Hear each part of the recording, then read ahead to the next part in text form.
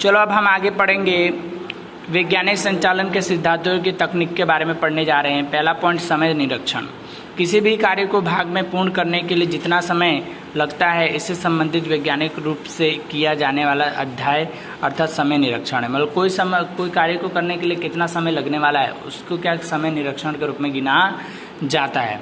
यह कार्य करने के लिए सामान्य स्थिति में जो समय निश्चित किया जाता है उसे प्रमाणित समय कहा जाता है। प्रमाणित रूप से उसको समय के रूप में गिना है कि भाई ये प्रमाणित समय है।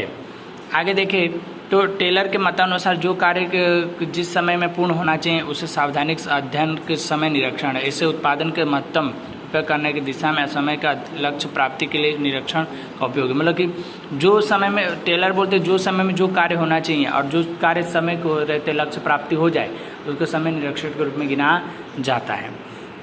अब गति निरीक्षण के बारे में बात करें तो गति निरीक्षण के आवश्यक गलत दिशा में होने वाले कार्यक्षम चेष्टाओं को उत्पन्न करने वाले दुरुपयोग को दूर करने की पद्धति, श्रमिकों को समय कर्मचारी को चेष्टा करते समय उसके अध्ययन किए जाए और श्रमिकों की आवश्यकता चेष्टा को दूर करने के श्रमिकों की औद्योगिक थकान दूर करने जा सके तथा कि उसमें वृद्धि की जा सके। और गति निरीक्षण का उपयोग श्रमिकों अल्प दूर किए हुए योजना और खोज को अमल करता है। मतलब क्या होता है इसमें कि श्रमिक काम करता रहे, ठीक है, और उसकी गति निरीक्षण हो जाए। जितने समय पे जितना काम दिया उतना समय पे हो जाए तो उसकी गति निरीक्षण है।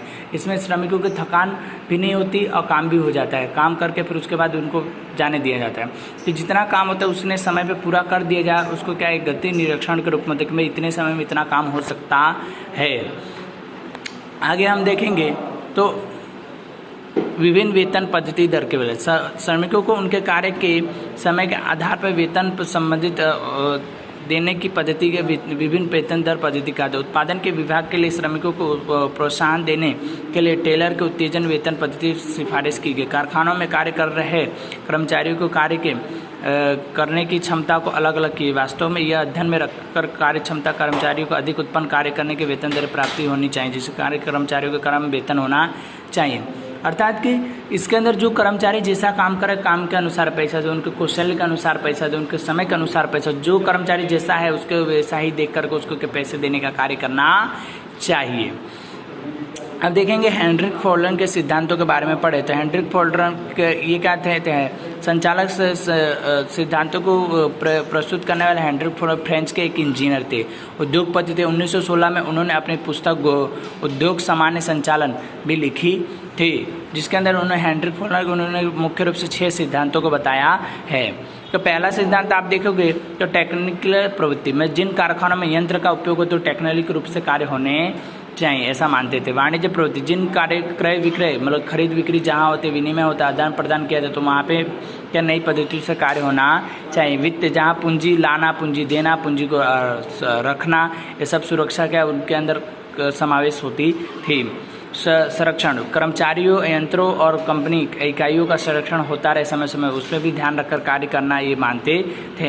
हिसाबी जिन वित्त हिसाबी पत्रक आवश्यक आंकड़ा जानकारी मतलब हिसाब के जितने आंकड़ा की जानकारी होनी चाहिए कि तुम्हारे गोदाम में कितना माल कितना लाभ कितना हानि हुआ उसके बारे में जानकारी होनी चाहिए।